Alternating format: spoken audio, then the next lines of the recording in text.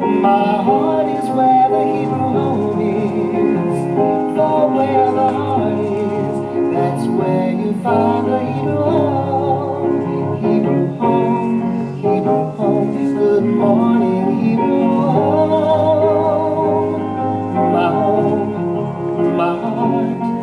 My heart is where the Hebrew home is.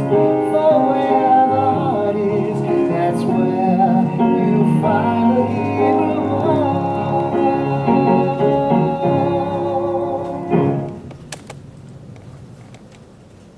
Welcome. Today is Friday, June 4th. The time is 10:30 a.m. and I am your host, Olivia Cohen, coming in live from the Dürfner Judaica Museum here at the Hebrew Home. And this is Good Morning Hebrew Home. I thought today, as our intro, to share something a little bit about myself. I love to travel. I haven't obviously done any traveling lately, and I know a lot of people haven't been able to get out, and traveling has been something that's been on halt for all of us. The last time I traveled anywhere, I went to Iceland in September, and it was something I really loved. I've never been there before, and did a lot of hiking outdoors and seeing amazing sights in nature, geysers, and all of those kinds of things. And so I thought that today we could share a little bit about the 7 wonders of the world. And these are the 7 modern wonders of the world, not the 7 ancient wonders, which I think had like Babylonia and things like that. So these are currently in our world. So let's take a look at the 7 wonders of the modern world.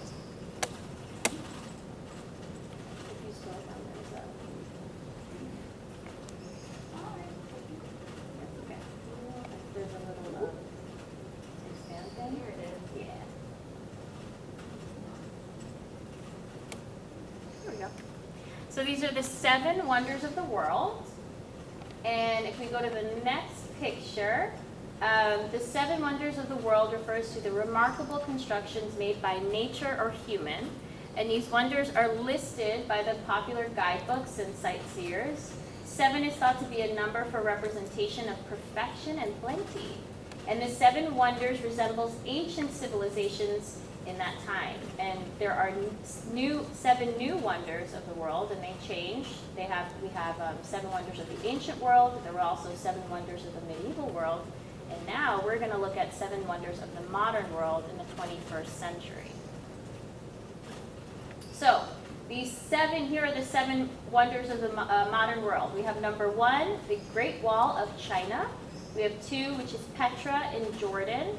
We have Christ, number 3, Christ the Redeemer in Brazil. Number 4, Machu Picchu in Peru. Number 5, I've practiced saying this, is Chichen Itza in Mexico. Thank you, Kate, nodding. Number 6 is the Colosseum in Italy, which I've seen and is amazing. And number 7, which is the Taj Mahal. So this is the Taj Mahal. This is in India. And they say that it was built by Muslim Mughal Empire. It was for a memorial for his beloved wife. And it took 15 years to build this place.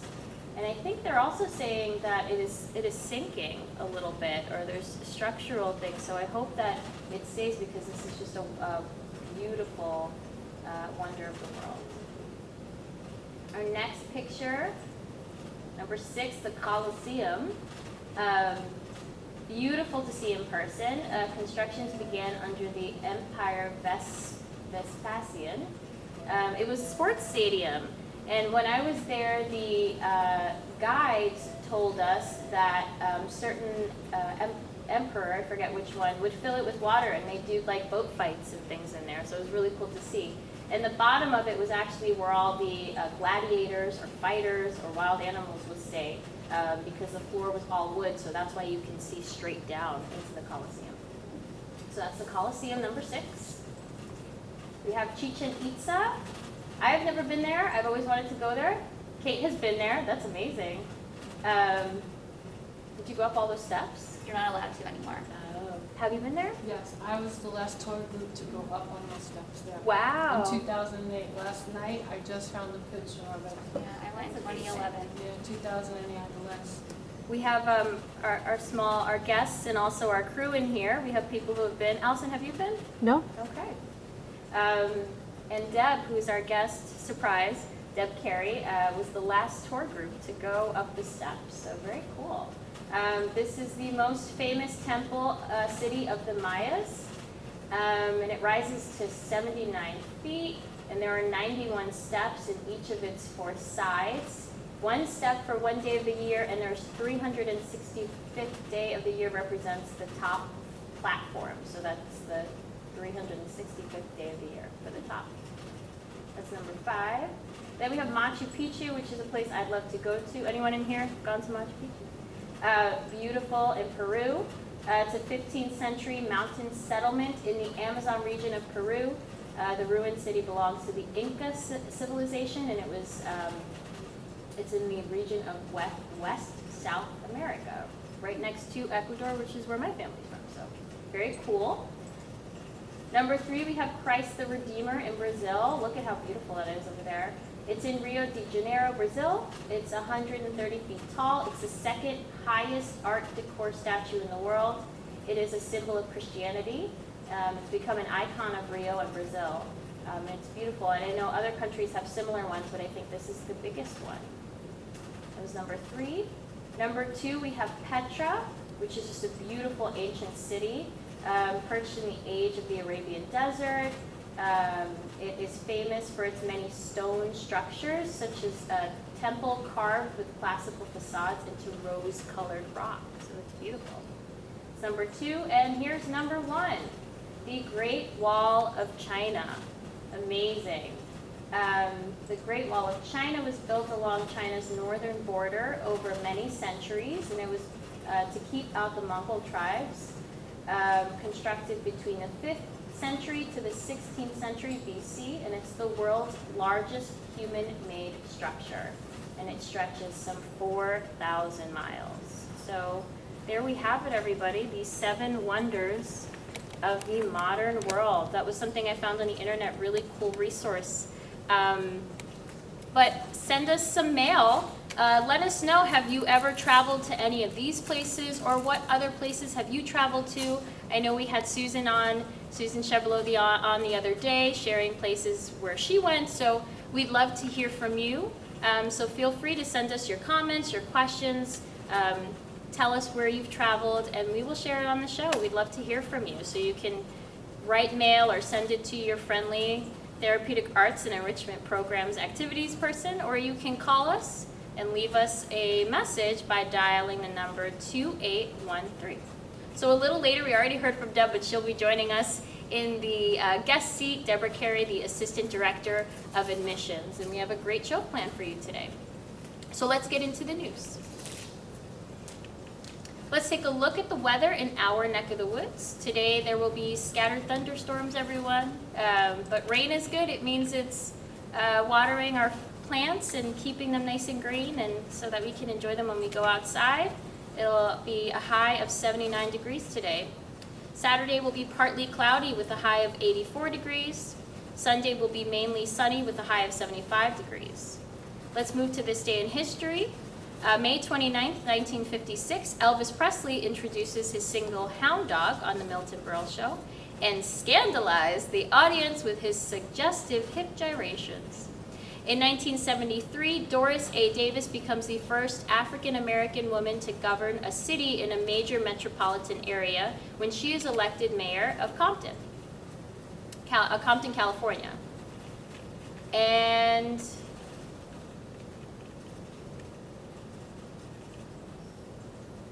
1977, the Apple II goes on sale, which is like the first real actual computer. So that was really cool. Our teleprompter is doing very fun things. Our birthday for today is Richard McClure Scarry. He was a children's book author, and he published over 300 books with a total sale of over 100 million worldwide. And here is a quote from Richard Scarry. I'm just going to go to paper. He said, "I am not interested in creating a book that is read once and then placed on the shelf and forgotten.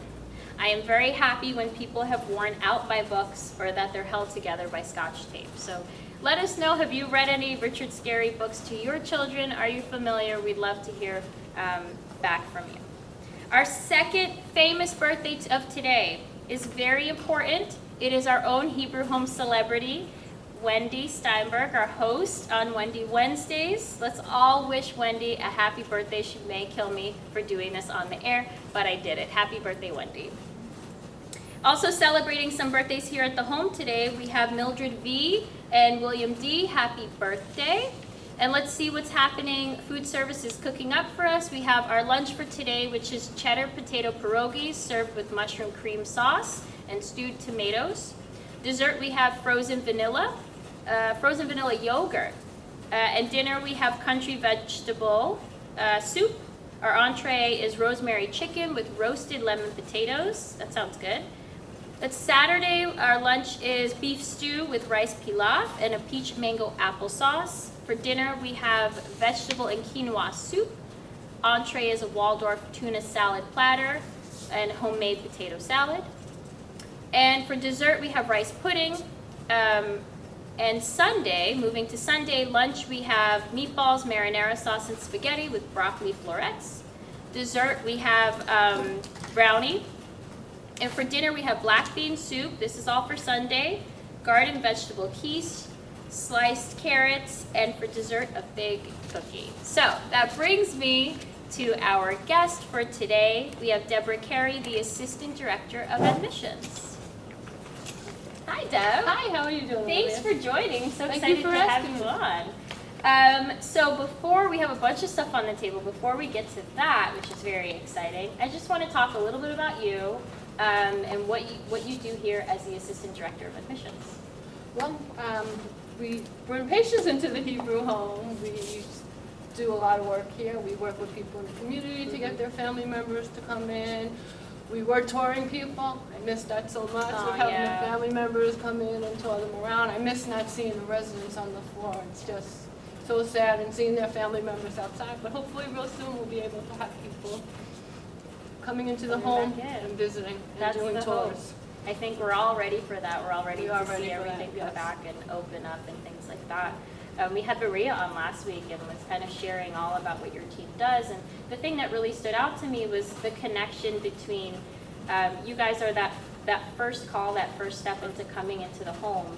And I was just so amazed to hear how all of you really keep that connection with the residents and the families that come in, and being able to see them adjusting, transitioning, engaging in things in the community, and just with you talking about doing the tours Sure. and stuff. And it's wonderful because we're a family, and I know the residents. I like talking to them and hearing their stories because they have such wonderful stories that they tell. Yeah, and so And even their family members, talking to their family members. that's true. That's very So- true too. Yeah, and the reason you and I kind of have connected is because I'm one of the leaders of the LGBT and Allies group, and being such an advocate for the residents and and you being such an advocate for the residents and them engaging in things when they come here and seeing their transition and seeing them adjusting to this. You kind of approached me with something that you wanted to share with the residents, which was so exciting, and I want to make sure that we spend some time with that because it's also something you're so proud of. I'm very proud of Yeah, it. so why don't you tell us a little bit about what we have here? Well, we and what we're have looking here at. my Uncle Danny. This is my Uncle Danny over here next to Michelle Obama. My Uncle Danny was a very big activist for the LBG community. My Uncle Danny was involved in the Stonewall riots that were in New York City. He was involved with a lot of the young gay men in New York City with the problems that they were going through, and it's just, it was wonderful. And President Obama, when he did his inauguration speech back in January 2014, he talked about Stonewall. And my uncle was just so happy because nobody's ever talked about it. And even us family members, when we were watching his inauguration speech and we saw him do it, we were like calling up Uncle Danny. It's like, Uncle Danny, did you see this?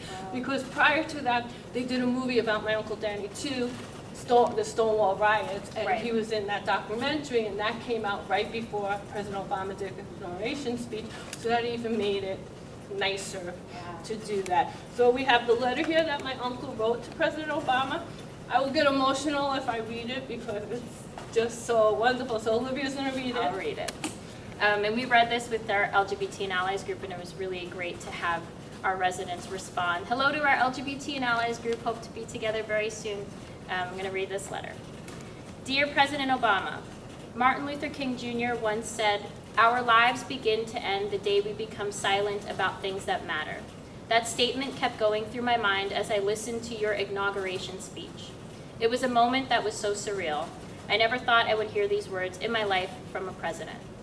We, the people, declared today that the most evident of truths, that all of us are created equal, is the star that guides us still, just as it has guided our forebears through the Seneca Falls, Selma, and Stonewall. My Facebook page got hit like crazy. Family and friends keep calling me on the phone to ask if I heard it. I did, and at first I didn't believe my ears. I thought, you must have been talking about slavery in Stonewall, Mississippi. I mean, after all, it was also Martin Luther King Jr. Day. Then it dawned on me, you were talking about the Stonewall Inn, my Stonewall Inn. My eyes filled up when I thought back to the first night at the Stonewall riots, when I was a 20-year-old gay kid at the bar the night of the raid.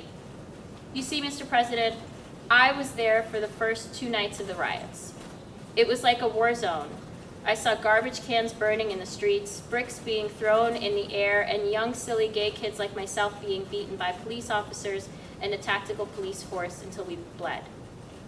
All of the violence because we wanted to dance alone and be unseen from a society that did not want us. I was so unaware at the time that I was being denied my right as an American, but that I was also being denied my basic human right. It is kind of funny when you think about it. My grandfather came to America as an Irish immigrant.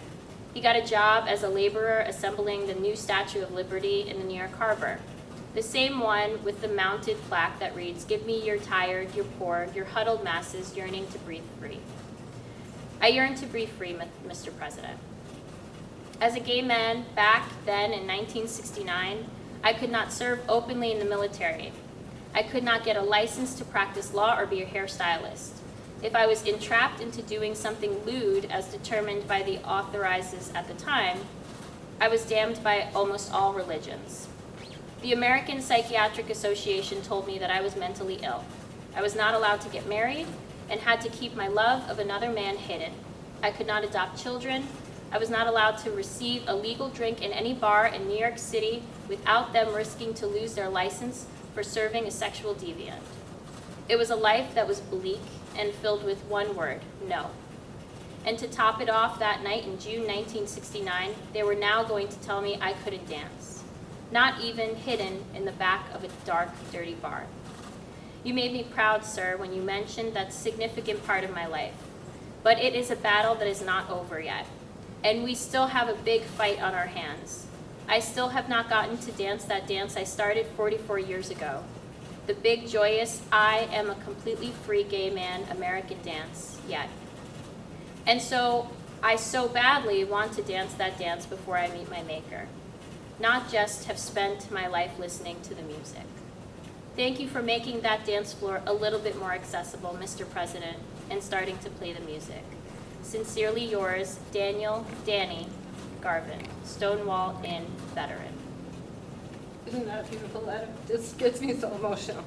So, President Obama wrote a letter back to my Uncle Danny, and he said, "Dear Daniel, thank you for the powerful letter you sent this spring. I read it with interest. At Stonewall, people joined together and declared they had seen enough injustice. By being beaten down, they stood up and challenged not only how the world saw them, but also how they saw themselves. History shows that once the spirit takes hold, little can stand in its way. So the riots gave way to protesters. The protesters gave way to the movement gave way to the transformation that continues today. You are on that right dance. You are right. That dances, I'm finished. But as long as I hold this office, I will keep fighting to hold the fort open for everyone. Sincerely, Barack Obama. So it's just very proud. And I gotta say, back in 1969, I was 10 years old, and our family did accept my Uncle Danny as being gay. We accepted his friends, and that was very hard because a lot of people didn't. And his friends were like, I can't believe how your family is just showing us the love that we need that we're not getting from our family. So my Uncle Danny got this letter from President Obama, and then he also got an invitation to the White House in June for the LBG Pride that the White House was celebrating. And he was so happy and so proud to be going down to the White House. I went down, I took him down to the White House because my uncle was a sick man. And he was just so proud. So here's his picture with Michelle Obama. This is my Uncle Danny Garvin. This is his friend Marty, and this is President Obama. My Uncle Danny and Marty were the last two people to be alive of this generation of the Stonewall riots. They also did a movie of the Stonewall riots with about my Uncle Danny and Marty. And unfortunately, Marty is the only man that's alive from the Stonewall riots right now. So here's a beautiful Christmas card that my uncle got from the Obamas. And you can see it, and it's from Barack Obama, Michelle Obama. Both his daughters signed it, and they have their two dogs that signed it too with their footprints. That's amazing. So isn't that amazing and a beautiful card?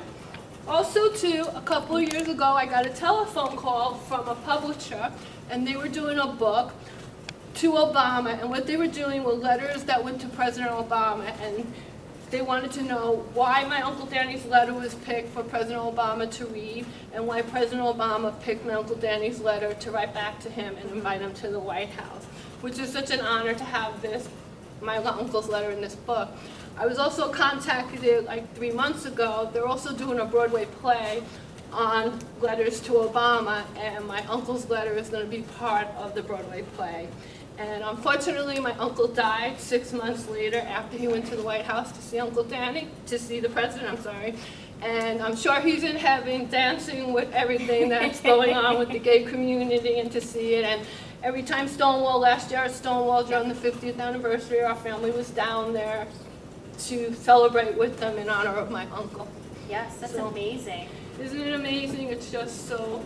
And the fact that you have all of this also to share with us, this is just amazing artifacts to have and to keep for your uncle, who is such an advocate and an activist. And this letter was so powerful. This is all just so powerful. And it made it being younger too, because our friends knew my uncle was gay. So for people who were gay and they didn't have someone to go and talk to, they would always say, could I talk to your uncle? Oh. Could I have your uncle's number? Because he was the first gay man in our community, and he fought in our community he fought all over for everybody. California, he traveled the world to fight for gay rights. Very strong person. I'm sure he's up in heaven watching down now saying, go Debbie. He definitely is. So, and so fitting to have you on too. It's June, it's Pride Month, it's the 51st anniversary of Stonewall. Stonewall, that's Yes. right. It's also, I think, the 50th, I said this the other day, of the Pride Parade. And so it's just a lot of big numbers, very important times to memorialize everything that's Also, going on. too, I don't know if you know, up in Cape May, Cape May, I think it is, where they do the parade of the boats in Fire Island, down in Fire Island. Him and a group of his friends were the first people who started the boat rides of the Queens going on the boats in Fire Island, which is just so interesting to know that too, because someone was dressed in drag and they threw them out of a restaurant there. So they took 10 people were in a house, and they decided we're going to go to the restaurant, and they went with their boats, and then every year it started from 10 people, and now there's about 400 people that do that every year on Fire Island. Amazing. Isn't it amazing? What a story to share. And I can just feel how enthusiastic you are every time you share this story with me. I mean, just talking about it in the hallways with you and talking to you here now, and I'm so glad that we can share this on a larger platform with the residents watching, and also this will be on YouTube too. Oh, wow. Yeah. Thank you so much for asking me to do this. I'm going to share this with some of his friends. I'm going to call Marty and tell Marty, look at this. Hi, Marty. Hi, Marty. Thank you so much for coming on the show Thank you for today, having me Deb. come on the show. And thank you for all that you do here with the home and being the people that bring all I of love our my job. I residents tell in. everybody I have the best job. It's just so meeting all the different family members and hearing their stories. And I always tell everybody you need time to talk to the residents here because they have so much history and they can just tell you so much. And what a strong connection to have with older adults, and a lot of older adults come back into a nursing home and have to feel like they have to be closeted, so it's wonderful to have Well, it's so funny allies because like some you. people look at me, they're like, you know everybody here. I was like, oh, I just talk to everybody. You have to. Yeah. This is their home and they should know who we are walking around the hallways of their home. Thank you for making it feel like home here. It is home. Thank you. You're Thank welcome. you for joining us. Thank you for having me. All right, everybody. For today, I'm going to save our positive news story for next time. I think that this letter in itself was our positive news story to share with everybody. So I hope you have a moment to just take it all in, to hear all the action that was taken to move forward, and that there's always still work to be done. But the stories live on, and so that's how we are sharing it all. And I hope that we're sticking together doing this. So thank you, everybody. That was our show for today. You can tune in later. Right after this, we have our Catholic services at 11. We also have Larry at 1:30 and Shabbat Shalom at 3 o'clock. And don't forget, you can catch this episode of Good Morning Hebrew Home again on channel 88 or on YouTube. And we will see you guys all Monday, same time, same place, same channel. Cohen out.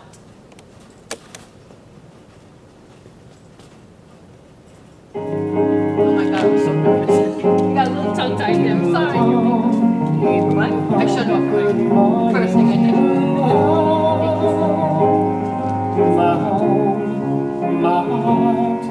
My heart is where the Hebrew home is. For where the heart is, that's where you find the Hebrew